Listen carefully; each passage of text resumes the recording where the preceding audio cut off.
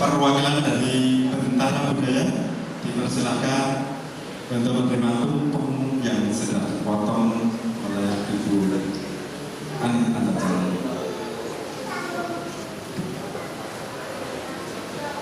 Sambil memberikan sepatah dua patah kata untuk acara ini. Kami atas nama Bentara Budaya mengucapkan terima kasih kepada Mbak Ani telah membuatkan bukunya di Bentara. Ini luar biasa dari sisi buku dan kegiatannya. Kami berharap hanya bukan hanya hari ini, tapi sampai tanggal 30 saja bisa dikembangkan ke buku.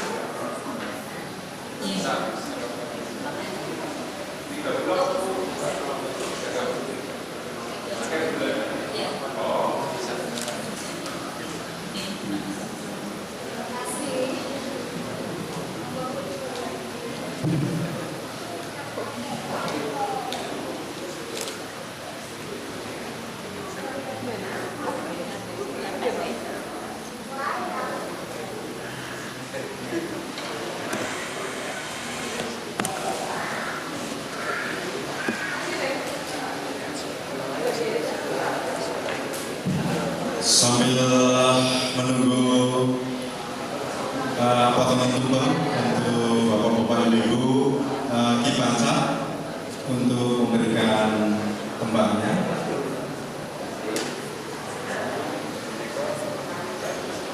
Untuk Bapak-Bapak dipersilakan untuk mengambil nasi kuningnya dengan saudara. Silakan kembali ke tempat masing-masing. Untuk Bapak Sarjono, Ibu Sarjono nanti akan diambilkan.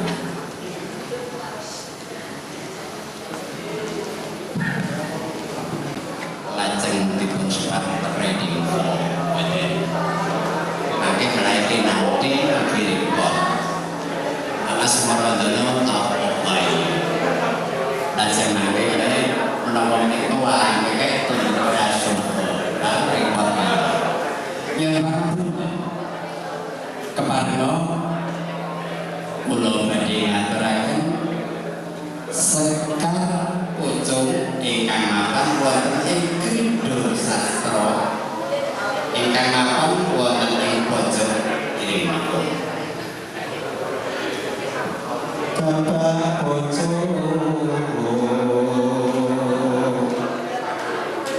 yang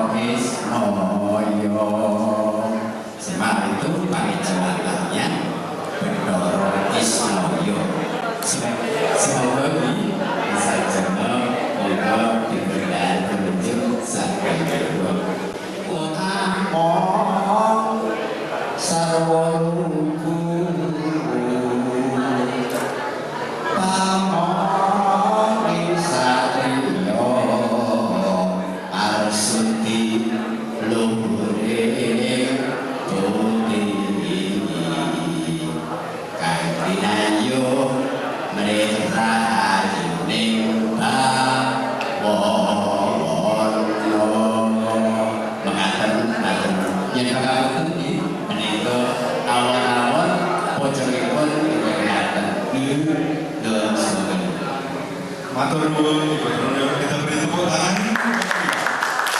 Untuk saya ini semua istirahat, kalau ada yang sholat dan ada nasi kuning, kesederhanaan yang ada, dipersilakan untuk menikmati.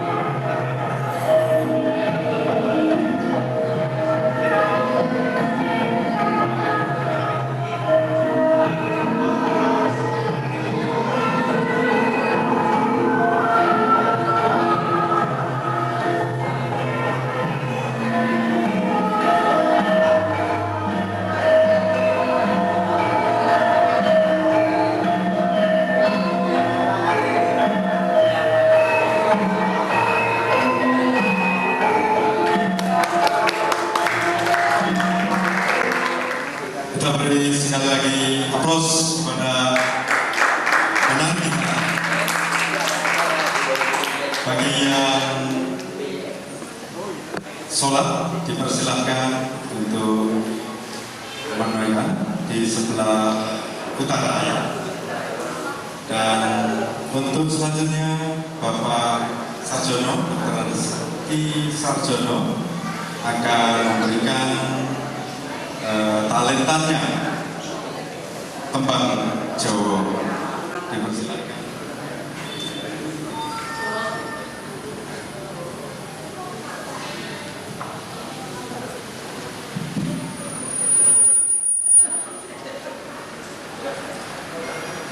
Bapak Ibu hadirin yang saya hormati, perkenankan saya menyampaikan tembang Jawa dengan lagu lagu Kinanti dalam Slendro. Kami sampaikan dalam bahasa Jawa. Apabila perlu diterjemahkan dalam bahasa Indonesia, saya siap. Sebelumnya mohon maaf apabila nanti saya ada yang lupa karena buatnya baru pagi-pagi, syairnya baru pagi-pagi. Jadi mungkin ada beberapa seandainya ada yang lupa, sebelumnya mohon maaf.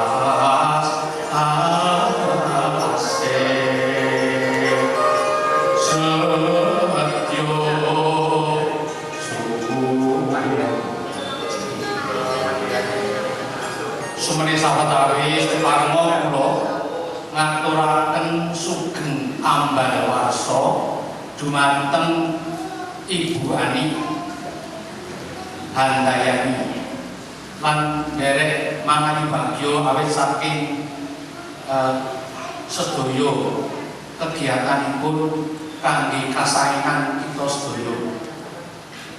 Intinipun bab kados pundi supados terorisme, radikalisme, lan ugi primordialisme, bapa sedhik saya dangu saya ical kantuna tentrem rahayu kangge kita sedaya bangsa sak Nusantara. Pembukasan masih setunggal pupuk nanti. Mangkono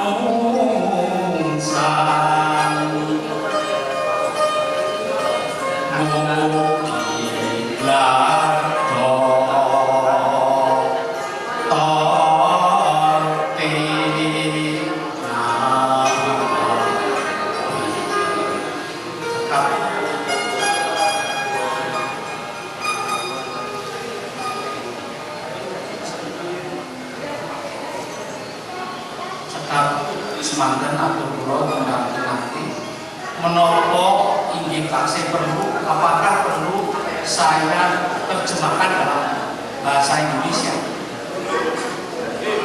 Perlu. Jadi untuk yang sakit pertama, bahwa para leluhur kita, para orang tua kita yang memiliki hikmat menyampaikan bahwa seni itu sesungguhnya berasal dari Tuhan. Seperti kita tahu bahwa seni itu memang universal dan seni itu diberikan oleh Tuhan kepada setiap manusia. Itu semua terkandung di dalam cipta rasa karsa atau jiwa kita, jiwa seni kita. Namun kapasitas seni tadi mungkin setiap orang tidak sama, sehingga kita semua harus ginebeng, artinya kita kembangkan, kita asah. Kalau kita asah, kita kembangkan, maka seni itu bisa menciptakan budi luhur, karena seni itu penuh dengan sentuhan-sentuhan rasa keharusan, baik itu berupa warna, gerak, kemudian koordinasi dari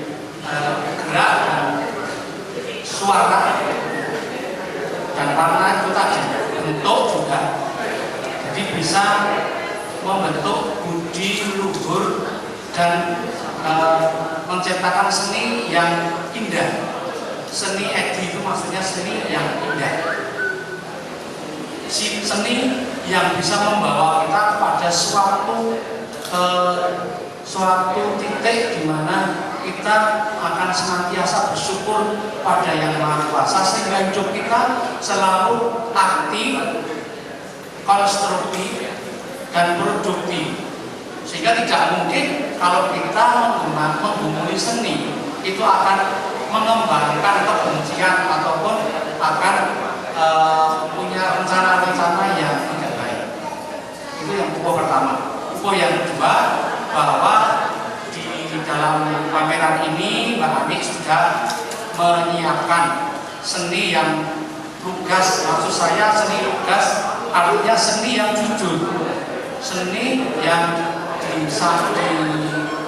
diciptakan, yang direnonce, maksudnya diciptakan dengan tulus hati, dengan sepenuh hati, sehingga nampak sisi-sisi kehalusan dari seni itu yang semuanya mengandung makna, bahwa itu menjadikan kita mempunyai sifat mengasihi kepada sesama seperti Tuhan yang Maha Esa mengasihi alam semesta ini seisinya.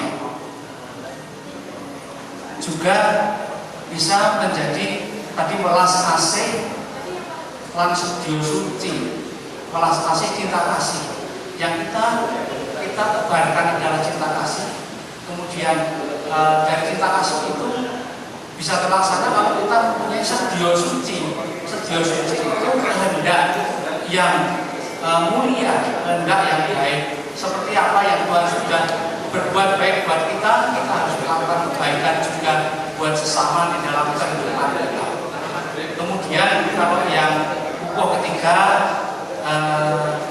khususnya memang saya persembahkan untuk Mbak Ani Handayani, bahwa sesungguhnya Tuhan yang Maha Agung itu telah memberikan berkah dan hikmat pada Mbak Ani sehingga dapat menyelenggarakan satu pameran seperti ini, pameran yang bernuansa maupun syarat dengan nilai-nilai kemanusiaan.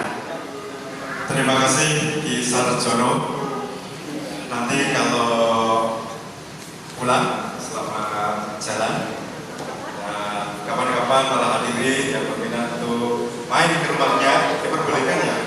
Oh, sangat pintu terbuka. Alamatnya di mana? Jamju Jalan Veteran. Jadi toko maju masuk ini, mentok kanan, mentok jadi tidak mentok. Luar biasa. Loh, malah langsung kaki. Ya boleh. Jadi masih nanti yang terakhir setelah tanya jawab nanti bisa ya. Terus mudah-mudahan sehat, usia 65 tahun sangat luar biasa.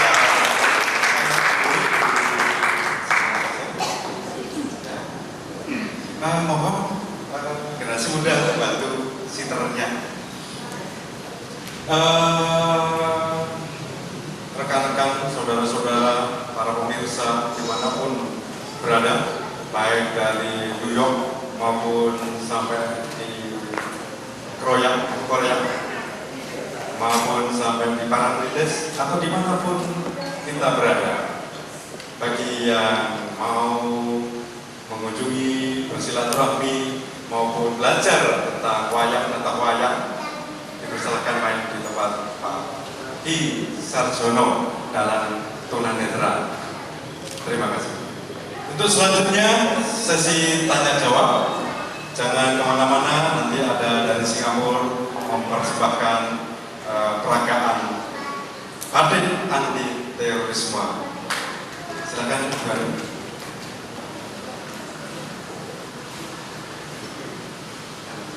Silakan menanyakan dari monggo. Adik, tadi kan waktu sebelum buka tadi kan banget pengen tanya ya. Nah, oke, sekarang tanya apa?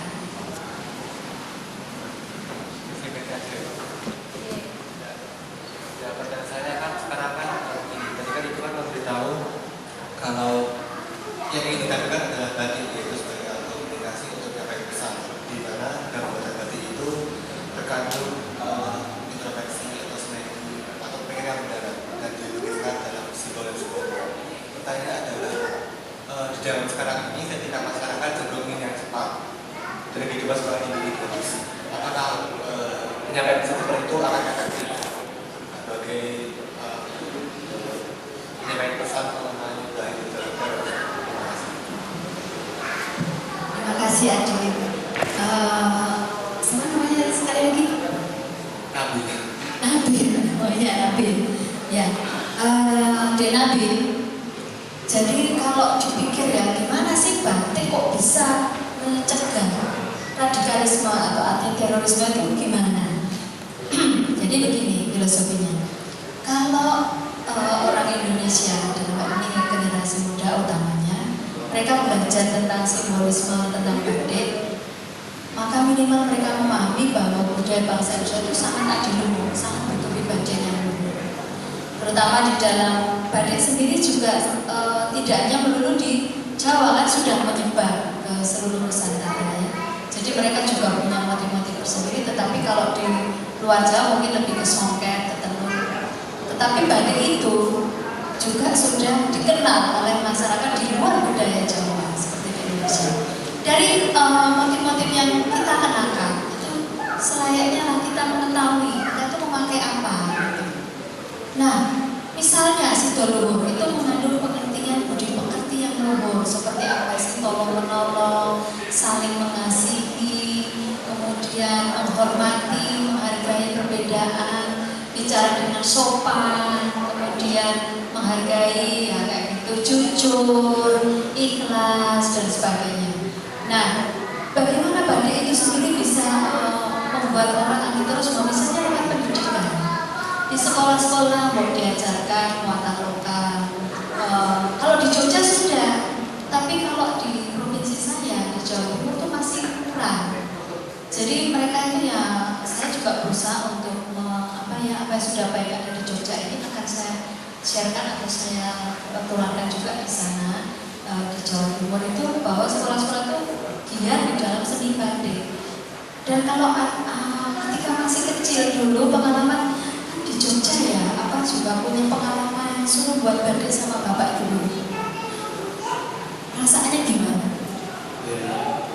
Terpaksa. Selain terpaksa, pertamanya kan dipaksa. Setelah itu membuat motifnya apa yang dirasakan? Ya, saya terpaksa juga.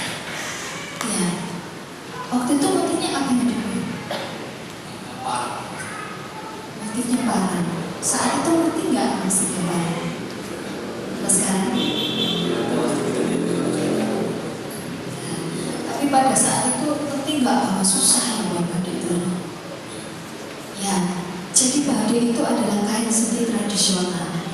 Beda dengan yang ada di Cina. Sekarang kan kita dibombardir oleh produk-produk dari Cina.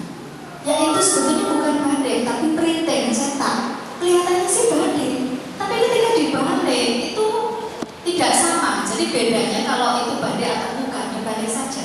Kalau dibaliknya itu putih kainnya atau pusat atau tidak ada warnanya, itu berarti cetak, printing. Ayo coba, yang pakai batik dibalik coba, dibalik. Itu dibaliknya warnanya apa? Warnanya apa Mas? Beda? Warnanya sama. Kalau punya Mas, lah Ini apa? batiknya apa? Batik nggak nanti. Ini bukan batik Mbak Tuti. Ini adalah contoh printing atau cetak. Dia itu bukan batik. Ini yang menghancurkan industri batik Indonesia. Iya, motifnya saja batik tapi bukan. Jadi ini printing cetak bermotif batik, tapi bukan batik. Ya, kalau yang ibu gunakan ini apa?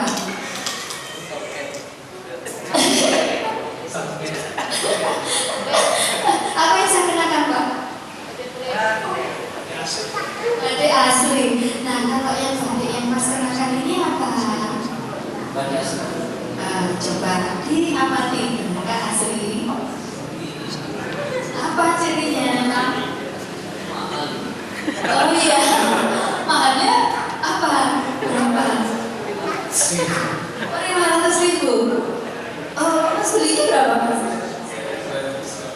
250. Nah, kemarinnya, ya, ingin tahu batiknya asli atau enggak? Ingin tahu batik yang jenengan kenakan ini namanya batik cap. Kenapa batik? Ya, batik. Iya. Namanya batik, TH batik itu adalah teknik perintangan malam, ya. Jadi menggunakan malam, masih menggunakan malam, tapi dia pakai cetakan. Cirinya apa, Mas, kalau ini cap? Apa bedanya dengan yang saya kenakan? Kiranya enggak Sama nggak punya Mas ini? Berarti yang lebih nggak teratur yang punya saya, Pak? Iya, yang lebih teratur. Itu namanya batik cetak. Jadi di ruangan ini sendiri ada batik cap, printing, dan batik asli. Ya, jadi kalau batik asli itu dimotif dulu. Ya betul ya. Dulu kamu gitu juga kan? Ya, setelah itu baru dicanting. Alatnya itu tertentu khusus, canting. Ya, setelah itu dilukis. Makanya mengerjakannya lama sehingga batik itu adalah kain seni lukis tradisional dan tidak pernah sama. Titik ceceknya itu nggak bisa simetris. Hari ini karena saya dikejar-kejar utang, sumpah hati saya cacat. Jadi aduh, kok nggak bisa ya bagus ya. Nah itu suasana hati. Nah hati ketika membatik itu hati yang menurun, hati yang semedi, hati yang sungguh-sungguh prihatin, ya prihatin banget. Itu karena itu bisa menghasilkan seni. Nah itu loh yang akan diajarkan di sekolah deh ya. Jadi suasana kebatinan pada saat membatik itulah yang akan dirasakan. Sekarang ini kan sebanyak instan, mie instan, kopi instan, semuanya instan. Ya, hasilnya bagus gak instan radikal? Jadi radikalisme itu bukan hanya masalah pemerintah teroris, tapi juga radikal dalam cara pembuatan terhadap bahaya juga yang menyebabkan bahaya untuk lingkungan. Itu juga radikal. Radikalnya bagaimana? Coba yang kita pikirkan. Seandainya motif seperti ini difoto, kemudian langsung masuk cetak mesin yang di sana di Cina, langsung keluar itu berkode-kode jam ratusan meter dan sama persis. Yang rugi siapa? Kita kan bangsa Indonesia. Nah kalau kita tidak bisa melestarikan ini, maka diadopsi oleh Malaysia dan akan diaku batik produk Malaysia. Dan biasa tetangga kita itu jiran itu selalu mengatakan semua produknya Malaysia. Contohnya apa? Dulu ada lagu Rasa Sayang, itu juga mau dibilang punya Malaysia. Bahkan reok itu juga sempat juga mau diklaim punya Malaysia. Yang membuat kita sedih saat saya belajar di Australia, saya mendengar kabar bahwa tempe itu sudah dipatenkan oleh Jepang. Padahal Jepang dulu belajar dari kita, belajar cara membuat tempe. Tapi setelah dia belajar pintar, malah dipatenkan katanya Jepang. Iya dong. Ya. Jadi kita jangan mau bahwa batik itu nanti diakui oleh yang lain. Ini sebagai contoh ya. Jadi Azerbaijan itu Ibu Dr. Mariana. Mereka mengatakan teknikmu membatik itu sangat tinggi, tertinggi di dunia. Bahkan kita saja belum bisa membuat seperti kamu. Kita hanya cap-cap aja, gitu. Hanya terang. Nah kalau orang Malaysia bilang terang, cap-cap aja. Tapi kamu tidak punya rasa seni yang tinggi dan akhirnya banyak koleksi-koleksi batik Indonesia ini yang sudah ke Malaysia, bahkan kita sendiri sudah tidak punya koleksinya. Kenapa? Karena mereka lebih mengapresiasi. Lalu Mbak Ani harganya mahal ya. Baik, saya akan ceritakan tentang industri batik.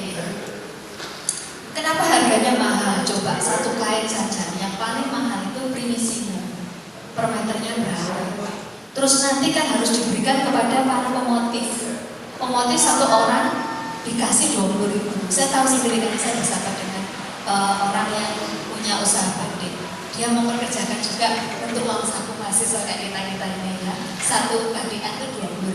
Nah, itu bukan rahasia. Nanti baru satu dia. Lalu dia kan harus menyuplai malam. Berapa malam yang dibutuhkan untuk satu piece kain? Bagaimana tentang pewarnaan? Pewarnaan nggak bisa sembarangan loh. Setelah dikasih perintah malam, dimasukkan ke warna, dilorot, kemudian dikeringkan, dijemur. Setelah jemur lagi dicanting lagi, dimasukkan pewarnaan lagi untuk warna yang kedua. Setelah itu dilorot lagi, dan itu terus sampai didapatkan warna sesuai yang diinginkan. Dan prosesnya itu bisa berlangsung 6 bulan. Dan beberapa pengerja, karenanya batik itu sudah sesuai harganya memang mahal karena mutunya. Jadi kayak Jan Basuki beasiswa Jadi siapa yang usaha itu kan juga untuk suatu pengorbanan, ya. Butuh beo. Jadi kenapa piece batik itu kalau ini sih nggak dijual ya, nggak dijual. Kenapa satu piece ini bisa 2,5 juta? Kok mahal banget Mbak? Ini ya mungkin karena pengerjaannya yang sulit, lama, dan pembuatan motifnya. Tapi apakah ada batik yang murah? Ada. Batik asli dan murah, tergantung warna. Kalau warnanya itu ya hanya 1 atau 2 warna, berarti prosesnya tidak 6 bulan, kurang dari itu, bisa 4 atau 3 bulan. Jadi harganya bisa 600, 450, 350 dan sebagainya. Tapi kalau yang di Beringin Harjo atau di Pasar Klewer atau di Surabaya sana, batik yang harganya 50.000, 100.000 dapat 3. Kira-kira yang mana ya? Kategori yang mana? Batiknya? Iya, batik apa? Iya, batik printing ya. Jadi printing itu kalau di sana di tekstilnya sendiri itu per meter cuma 10.000. Nah, kalau batik itu dibuat apa ya? Cuma seperti semacam cetak, mesin cetak, sablon. Keluar sudah bermeter-meter. Murah banget, nanti terus dikemas, lebih konyolnya lagi ditulis batik asli. Nah, saya pernah menawarkan batik-batik asli ini dari pengrajin yang ada di Bantul, di Alasan, di mana-mana saya tawarkan. Oh, saya sudah beli kok lebih murah ini. Oh ya di toko yang sana. Wah, hebat tokonya. Saya lihat, nah ini bukan Mbak batik, saya ini cetak gitu. Harganya 300.000. Iya, ini printing. Memang bagus, tapi bukan batik. Ya ini batik, ini tekstil bermotif batik. Nah itu radikalisme. Itu menjajah para pembatik yang asli. Yang tadi dikatakan palsu itu tadi, ya kan? Tapi masa nggak ngerti. Yang penting motifnya apa? Nah itu. Nah, bagaimana menumbuhkan kecintaan? Pernah dengar ada SMP Stelandis atau SD Stelandis yang kemarin di JBB Jogja International Batik Biennale, ibu gurunya dan bapak gurunya sudah membuat anak-anak itu mengimbau atau yang mendidik anak-anaknya untuk membuat sendiri baju seragamnya. Batik mereka produksi sendiri, motif yang mereka buat terus mereka pakai, mereka kenakan. Makanya mereka kemarin mendapat suatu kehormatan untuk membuka stand di sana. Nah, menampilkan produk-produk anak-anak sekolah, dan dari cara begitu, cara mencintai batik itu. Nah, ajaran-ajaran radikalisme anti terorisme itu bisa dibuat seperti itu. Sebenarnya ya, jujur ya, acara ini sebetulnya pagi itu kita akan buat menjadi lomba sebenarnya. Tapi karena kesibukan saya menghadapi ujian dan sebagainya, saya nggak sempat lagi keliling untuk mengumumkan saya bahwa itu ya perlombaan itu. Nah, sebenarnya saya ingin juga adik-adik yang SD, SMP, SMA itu bisa membuat motif gitu ya, yang tentang ini. Nah, jadi bagaimana cara membuat batik itu menjadi anti terorisme atau radikalisasi, ya dengan cara membuat mereka masuk ke dalam jiwa pada saat membuat batik itu dengan kehalusan berkerti. Kan nggak mungkin batik dibuat gerusa-gerusa. Siapa yang dulu pernah di SD juga batik? Mas juga? Enggak. Siapa ya? Biasanya kalau di Jogja iya, kalau saya enggak, karena saya dari Surabaya enggak diajarin begitu. Ada suasana tersendiri kan? Walaupun terpaksa kan? Ada penasaran, nah itu pada saat membatik itu kalau kesusu jadi nggak Mas? Karena sama cewek praktek kok. Jadi kan radikal ya. Terus kalau marah, suasananya marah, nggak mood, jadi nggak. Jadi apa suasana yang dibutuhkan orang batik itu? Tenang, damai, nyaman, sabar, iya kan? Lah, itu loh anti terorisme. Sekarang sudah menjawab sendiri pertanyaannya kan? Iya, itu. Nah, coba mungkin ada yang mau bertanya lagi tentang batik anti terorisme.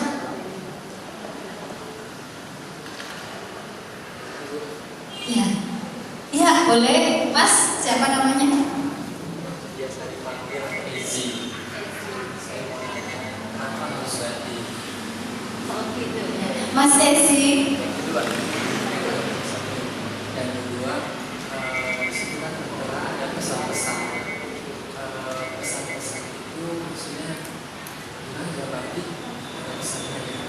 Kalau pada saat kita terus dia pesannya itu lembut, apa ada orang misalkan lagi duduk terus dia terkesan itu sebagai anti dari aksi-aksi terorisme. Jadi apa kemudian dengan batik melihat atau ada event kemudian itu sebagai bentuk dari aksi terorisme.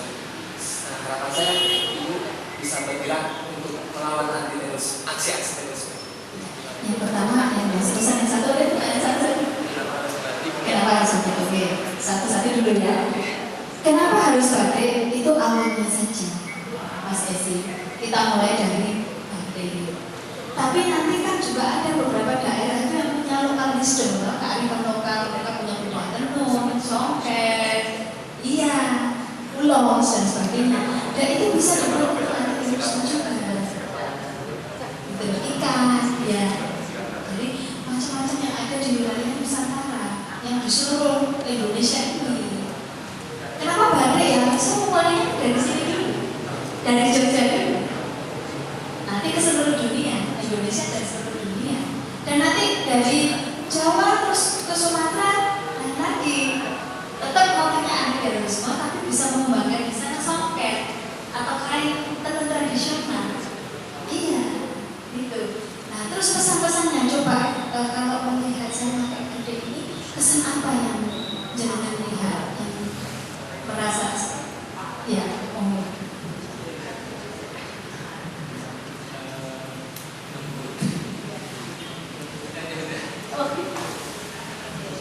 Ya, kesannya lembut ini kan ada gambar kayak Garuda ya, kayak lari. Garuda itu adalah melambangkan suatu keperkasaan, suatu cita-cita itu kalau ada saya bisa terbang bisa mati. Dan ini ada lulungan. Nah, lulungan itu suatu kesinambungan. Dan ini ada flora-fauna, dia ada buah-buah itu mencintai alam semesta.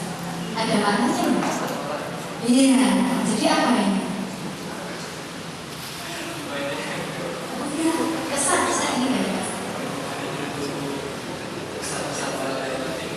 Ya, itu maknanya.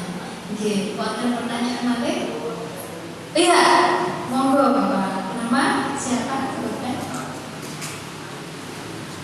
Nama saya Gus Surabaya.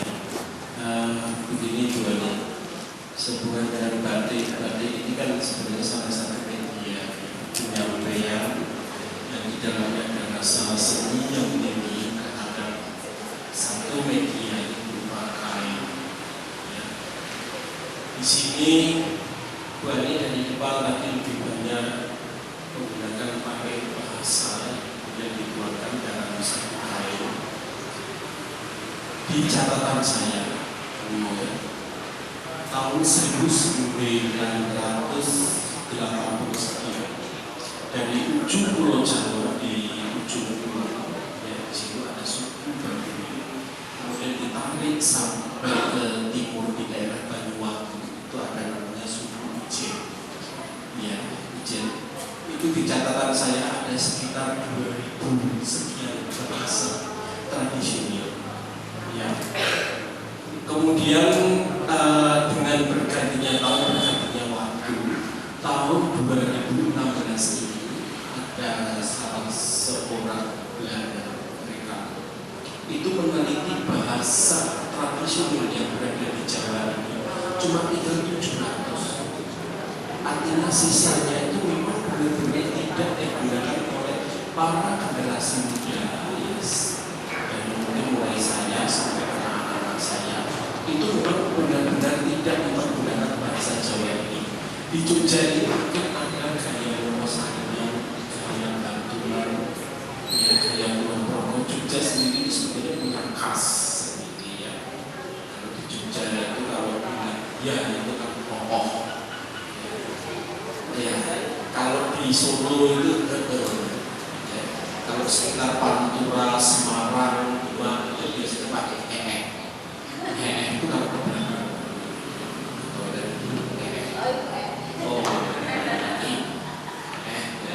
Itu ada sekian bahasa yang memang digunakan. Pertanyaan saya ini berdasarkan sesuatu kekhawatiran yang sangat-sangat khawatir karena dalam jangka waktu sekian itu aja bahasa tradisional kita itu sudah banyak yang hilang. Ya, tadi Ibu Ani memperlihatkan huruf bahasa Jawa itu pada kenyataannya yang menjawab sekian tidak ada yang tahu. Saya pun sendiri tidak mungkin lebih tertarik bahasa yang luar sana daripada bahasa Jawa ini. Kalau dikoreksi memang banyak yang memang kita dan lebih sangat enak kalau kita menuduh pendidikan yang dipersalahkan. Jadi ini sebenarnya ada korelasi antara pendidikan dan batik ini. Nah, kekhawatiran saya batik ini